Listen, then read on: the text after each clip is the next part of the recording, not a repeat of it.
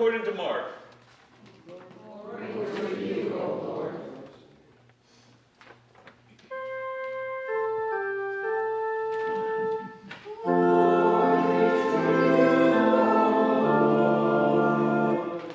And they went into Capernaum, and immediately on the Sabbath, Jesus entered the synagogue and was teaching.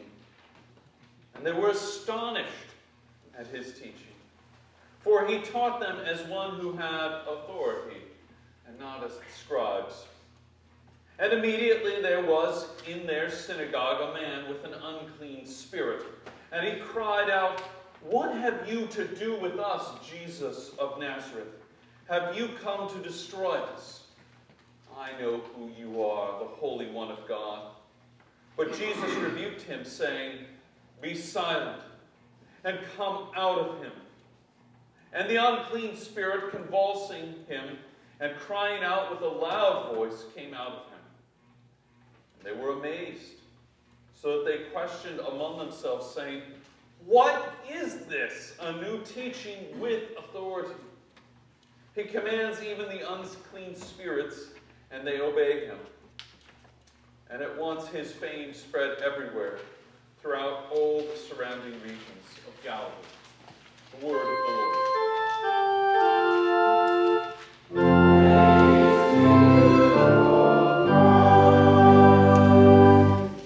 You may be seated.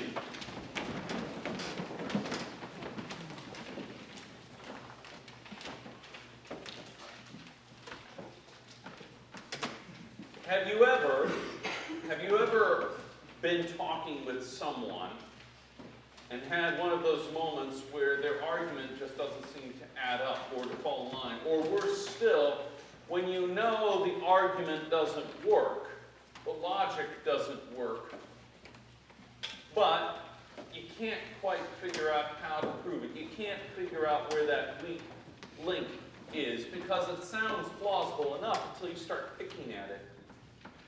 One of the best things that happened to me was when I was in college. And in college, I took philosophy, a lot of philosophy. I took logic. I was never very good at logic. And I know that's something people don't want to admit, but I wasn't very good at logic because the real logic, when you start breaking down all of those sentences, you have to hold all of this information, and you've got to diagram sentences, and it's not fun. But I found that in the real world, it's helpful because I can hear a lot of these conversations, a lot of these arguments, and I can tell where the weakness is in these things. This helps out a lot as a pastor because I really fret about what it is I'm going to preach on. And I don't want to say, because I've heard so many pastors where they get themselves into trouble or they paint themselves into a corner with bad logic. It's helpful when you're talking to people, and it's helpful also when you hear the challenges to the Christian faith. It doesn't just have to end with pastoral ministry. Anytime any one of us is talking to someone and someone says something that just doesn't quite make sense, it's good to just take a beat. Ask ourselves the question, where's the weak link in this train of thought? It's been crucial in my own life with the conversations I have, and it's something I carry with me day to day. Let me give you an example of this. One of the most prominent things you will hear about Jesus Christ is he was a great moral teacher, but he was not the Son of God. He wasn't who he claimed to be. This brings up the famous Lewis trilemma. That's a very famous phrase, but all you need to remember is liar, lunatic, or Lord. Those are the three choices that are open to us with Jesus. Either he's a liar, he's a lunatic, or he's a Lord. Now, it's pointed out that he can't be a liar because a liar doesn't go to death for this. Even a sociopathic liar isn't going to die for their lies. They're going to lie to try and get out of the problem that they're facing. So he's not a liar because we know how the story ends. He's not a lunatic because even the people around him said he was a great teacher. And in fact, he can't be a great moral teacher if he's crazy. Here we hear in this gospel reading that he is preaching with authority. If we trust the statements of the Gospels, the answer is that Jesus must be who he says he is. He is the Lord who has come to save his people, to rescue his people. Now, we don't like this, though. People in the world don't like this. All of us don't like this. And so what we do is we try and reduce him down to a moral teacher, because if we look back behind the curtain, why do we say that? Well, if he's a Lord, then everything he commands must be done. If he's a Lord, then what he says he's about and what he's doing, that is what is going to be the thing that rescues us. And there are two problems. Number one is we don't like doing what he tells us to do. And so we say, well, he's a moral teacher, which means I can pick this and I can choose to leave this behind. The second thing is going beyond that. If he's promised that there's nothing that you can do, there's nothing that I can do to save ourselves, that hits us where it really hurts. That hits us in our pride, because we measure our lives, our success, by our successes and failures, by what we do, by the things we've accomplished, and hopefully we ignore the things that we failed to accomplish. And that has not just something that's happened in Jesus' day. That's something that has accelerated even today. For in America, we are measured probably more than any civilization in the world by what we do, by what we accomplish. And so Jesus' message seems so foreign to us. So then there becomes this desire to try and knock him down a few pegs. That way we can wedge ourselves into the salvation story. Simple fact is that you can't be a great moral teacher, though, and in the same breath be uttering nonsense. Jesus is who he says he is, or he is not. He has not left us with any other options. As inconvenient as this may seem, we cannot go manufacturing new identities for Jesus. And that's exactly what happens here. That's something that's not just told in a story as a moral teacher would, or a series of platitudes, but it is shown in a narrative as the audience observes the authority that Jesus has. And indeed, authority is truly the central theme of this passage. Now, three things happen here. First off, Jesus preaches with authority. Then his authority is challenged. And finally, his authority is triumphant. And as you read through this, you'll notice this is one of those famous little constructions that we see called a chiasm. There will be a test afterwards. I expect all of you to ace all these fancy terms I'm throwing out. The chiasm, which is, yes, I see you taking notes down there. Good job. It's a simple way of saying this happens, and then there's the central theme, and then going backwards, working backwards from that, pointing back to the central theme. So as his authority is challenged and then he is triumphant, then people react to the fact that he was challenged and question that, so they bring about their own challenges, and then they acknowledge his authority. So it works backwards from there. So Mark is a very interesting writer. Something we often forget in the Gospels is the fact that they're writing in unique voices. And many people say, well, because they write in different voices, you can't trust them. Now, I love watching police procedurals. My father really loves watching murder mysteries. And so those are usually on. And as you watch, what you'll see in these shows is the fact that you'll have witnesses. Now, what would happen if all the witnesses gave exactly the same testimony? You'd start to doubt their story. You doubt their story because everyone has a different perspective by which they're seeing. If you had several people lined up and you asked them about the bank robbery, and each one of them told you exactly the same story from exactly the same point of view, you doubt them. You think that they had gotten together and made this all up. No, each of the gospel writers has a unique way of telling the story. Mark seems to be in a hurry. He is a man in a hurry. By the way, if you want to read a gospel, read Mark. It's very quick. You'll get it done in just a couple of hours. Mark wasted no time in his gospel. He began laying out his ministry, what it will look like. He begins calling his disciples. Now Jesus is demonstrating his authority, and we are not even done with the first chapter. That's a lot to pack in there all at once. Now Jesus, after declaring his identity, after having his identity declared, after being baptized into his ministry, now he receives the first pushback.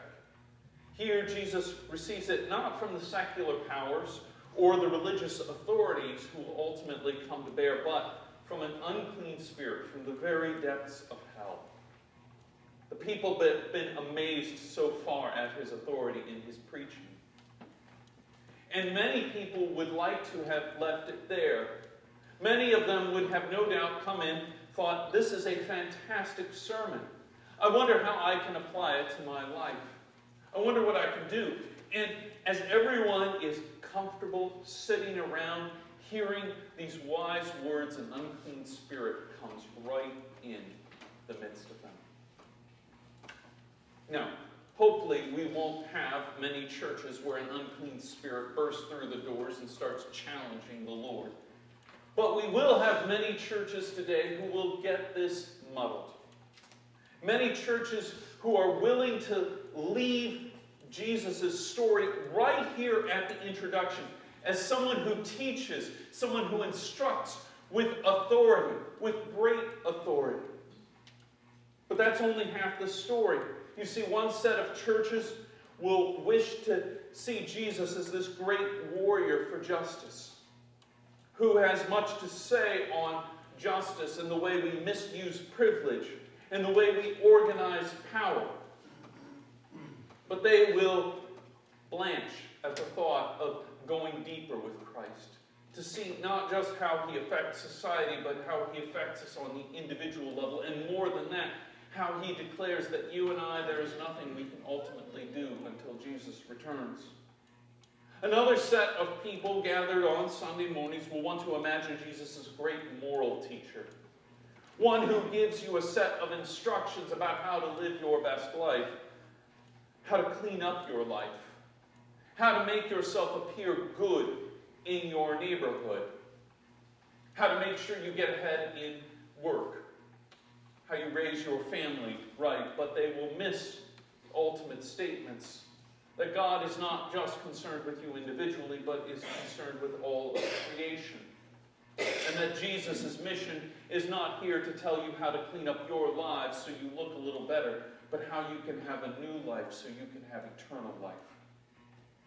I've found these two flavors of pseudo-Christianity end up becoming a bit thin when we delve into the Gospels.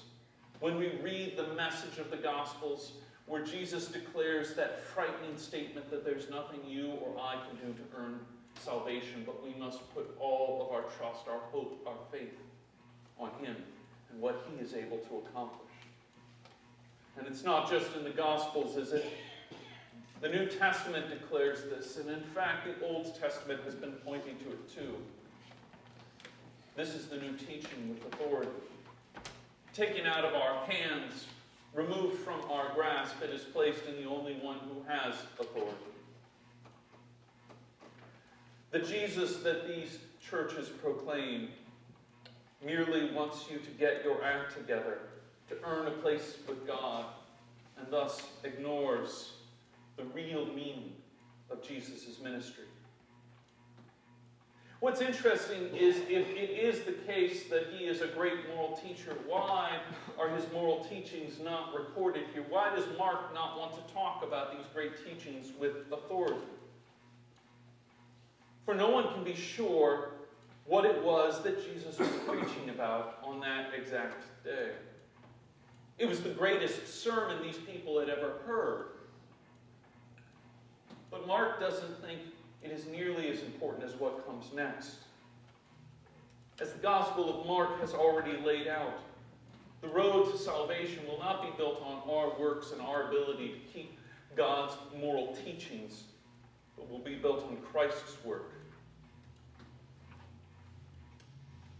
But we don't have too much time to think about that, and that's the way Mark works, isn't it? Just moving on from bit to bit. Immediately Jesus does this, and immediately this happens. And just then, an unclean spirit breaks into the midst of their gathering and begins to rebuke Jesus. And of course, we're so familiar with the gospel that we forget to take a beat, to pause and ask ourselves some deep questions. This is incredibly odd. It's not just that he's breaking into a holy place on a holy day, a place where a demon should not be, but he has the audacity to come and confront Jesus. If ever there was a suicide mission for a demon, this would be it. Have we grown so used to reading the Gospels that we don't ask ourselves how odd this story is? I think it was hubris. I think maybe this demon thought he could take down Jesus. Whether the times had made the spirit overconfident or there was a desperate fear, the demon is the one who speaks the most words in this passage. He throws everything he can imagine at Jesus. He calls him out by name, which is a reverse of how exorcisms usually go. When you know the demon's name, you're supposed to utter it to let them know that you know them. He utters Jesus' name as a way to kind of push Jesus out, and nothing works. And then Jesus does something amazing. His words are few. He gives a simple answer, a simple statement. He doesn't argue with him. He doesn't try and rationalize with him. He doesn't make deals with him. He simply says something, and it happens. He simply tells him to get out, get lost, be muzzled. This is real authority. And it causes the people to forget everything that has come before. What teaching can compare to someone making such a declaration that no evil in the world can stand up to it? Jesus will have the same attitude throughout. Whether it is next week's lesson of the raising of Peter's mother-in-law from her illness or bedriddenness, or whether it is when they are out on the Sea of Galilee and Jesus rebukes the storm in the same fashion that he has rebuked this demon. Whereas the exorcists, without the real authority, had to spend a great deal of time and energy casting out the demon. Jesus' authority is so complete, so overflowing, that he simply says something, and it gets done.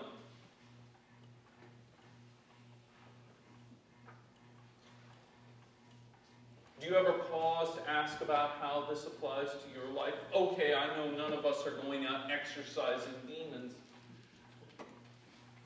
But we all have temptations and evil in our lives. We all have problems we face. Isn't it good to know that we have someone who can stare those problems in their face, declare, "Be gone," and it's over? This is the triumph of Christ. It will become available to all his disciples, that is, all who follow after him. The people who stood in wonder about Jesus' teaching with authority are now more astounded by his commands of authority. So there is one final piece to this story. If Christ is so powerful, what do we do with him in our own day? More to the point, what prevents the church from having this same kind of authority? After all, he has declared all authority on heaven and earth, I give it to you. I think the simple answer is that we too are just as nervous about his authority as all those bystanders in the synagogue that day. We're terrified about the claims to authority which Jesus makes for himself, and so what we do is we try and downgrade him. This is the reason why we do this. We move Jesus from being a great Lord of the Messiah, which he is, to being an upstanding moral teacher, but he hasn't given us that option. If he were a moral teacher on the level of Confucius and Plato, we reckon, then we can pick and choose when to follow him and when to do our own thing. He is just another moral teacher that we can still indulge in the delusion that you and I can handle the problems that come to our lives without his assistance. That is why we must take his authority seriously. He has offered us his authority. Yes, his teaching is tremendous. It has fantastic moral authority. But anyone who has felt temptation or been distracted by sin knows in those moments you don't need a moral teacher, you need a Savior. And when the storm finally passes and you give it over to the Lord, you find that you rest in peace. And you are filled with wonder in the presence of his authority, of his glory. The world is filled with moral teachers. The world is filled with empty authority. But what we all yearn for deep down inside, even if we don't want to admit it to ourselves, is that we need one who will not speak with the false hopes of the world, but with the message of the kingdom. When we think about who Jesus says he is, when we think about what he says he'll do, when we comprehend what it is he's done, not just on a hill outside of Jerusalem, but in every single daily life, every moment where he shows up, we know deep down inside that his declaration is an argument that just makes sense.